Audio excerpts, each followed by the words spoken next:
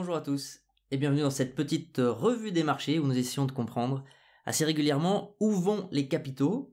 Nous suivons les différentes têtes d'affiche des différents marchés et cette semaine je démarrerai par Ethereum. Comme c'est le titre de la miniature, autant débuter par ce qui vous a fait cliquer. Vous êtes devant la paire ETH face au dollar américain en hebdomadaire et vous voyez que nous sommes peut-être en train de sortir de ce range. Il faudra attendre la clôture de ce soir. J'enregistre le dimanche 12 novembre 2023. Mais si nous clôturons en gros au-dessus des 2000, ça sera un signe encourageant et je pourrais rajouter un petit rond vert. Remarquez que le RSI est en train également de franchir sa zone d'équilibre. Nous avions eu un magnifique piège haussier en avril 2023. Vous voyez que la bougie haussière avait été ravalée sans aucune pitié par les vendeurs. Et il n'est pas impossible que nous soyons à nouveau repoussés. Il va falloir attendre la confirmation d'une, le retest et peut-être l'envolée et l'accélération. Si je passe en mensuel, vous regardez donc le même graphe, mais cette fois-ci chaque bougie représente un mois. Si à la fin du mois de novembre nous sommes au-dessus des 2000, nous aurons une magnifique clôture qui sera en faveur des acheteurs. Remarquez que le RSI frôle avec sa ligne d'équilibre. Le mois n'est pas clôturé, mais nous sommes encore du côté vendeur. La dominance est pour le moment du côté vendeur. Juste à titre de comparaison pour essayer de comparer les temporalités, même si les choses ne se répètent pas forcément, cette zone d'équilibre avait été franchie en juillet 2020, et donc si l'on reporte de 4 ans, si on suit les cycles de 4 ans du Bitcoin qui donne le rythme, qui donne le là à tout ce petit marché, il faudrait attendre juillet 2024 pour peut-être revoir vraiment Ethereum et les altcoins passer haussier sur ces échelles de temps. Peut-être que cette fois-ci le marché va nous surprendre, et vous devez le prendre en compte dans votre gestion du risque. Nous sommes encore un peu tôt par rapport à la temporalité dite classique, même si, je le répète une dernière fois, les événements du passé ne préjugent pas de ce qui va se produire aujourd'hui ou demain. Après Ethereum, passons au patron, au papa Bitcoin, qui lead encore largement tout le marché. Il poursuit sa hausse.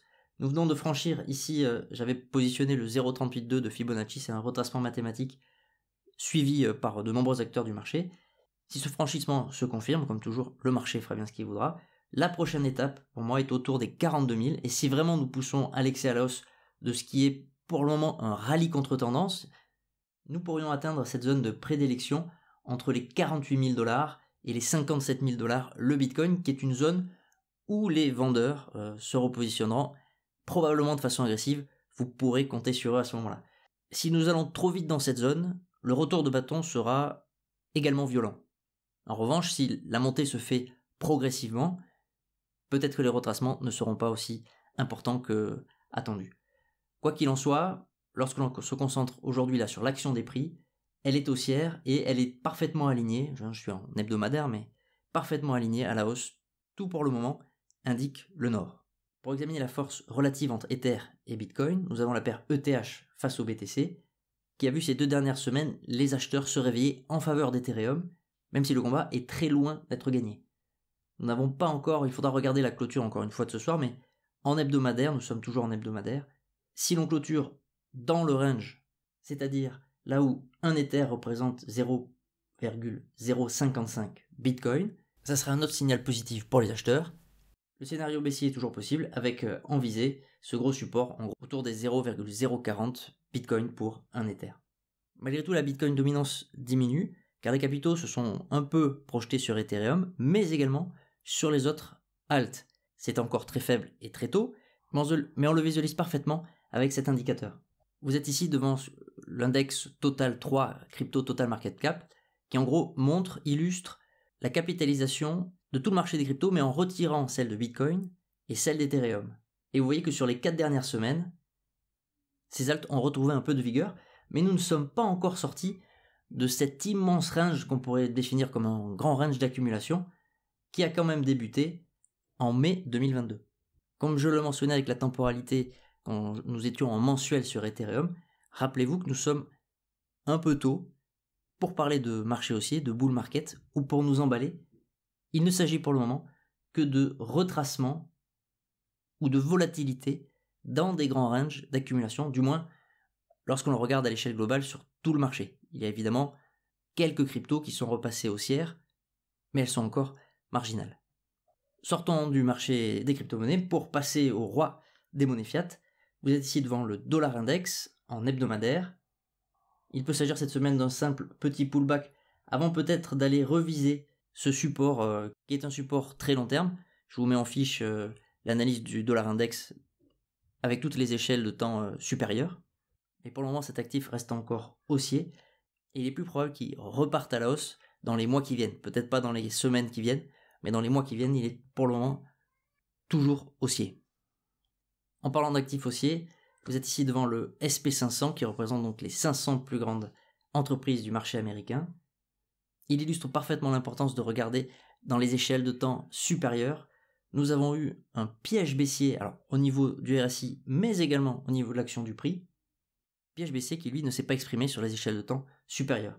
On va d'ailleurs replacer un petit rond vert en hebdomadaire parce que, oui, nous repassons haussier, même en hebdomadaire.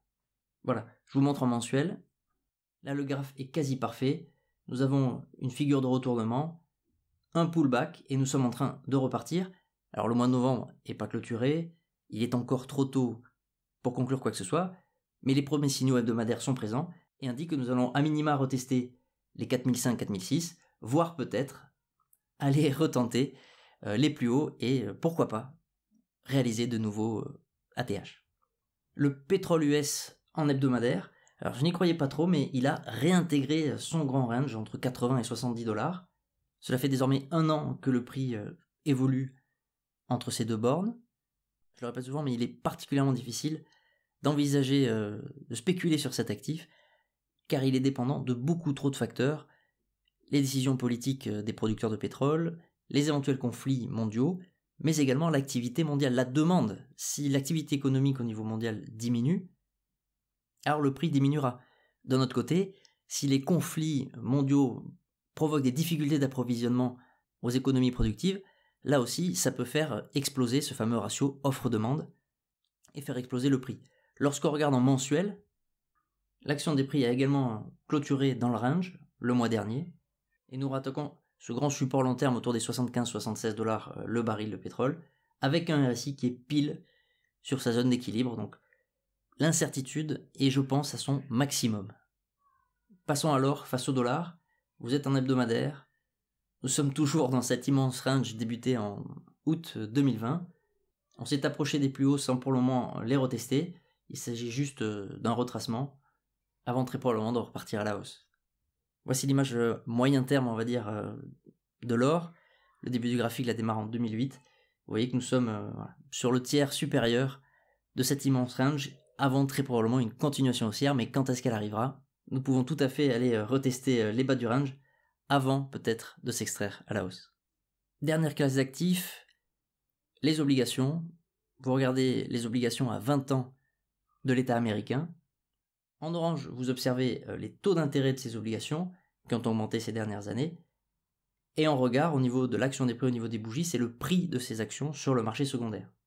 On visualise au niveau du graphique une magnifique divergence qui semble indiquer que les acheteurs sont peu à peu en train de reprendre des forces sur les vendeurs sur ce marché qui est pour l'instant largement baissier.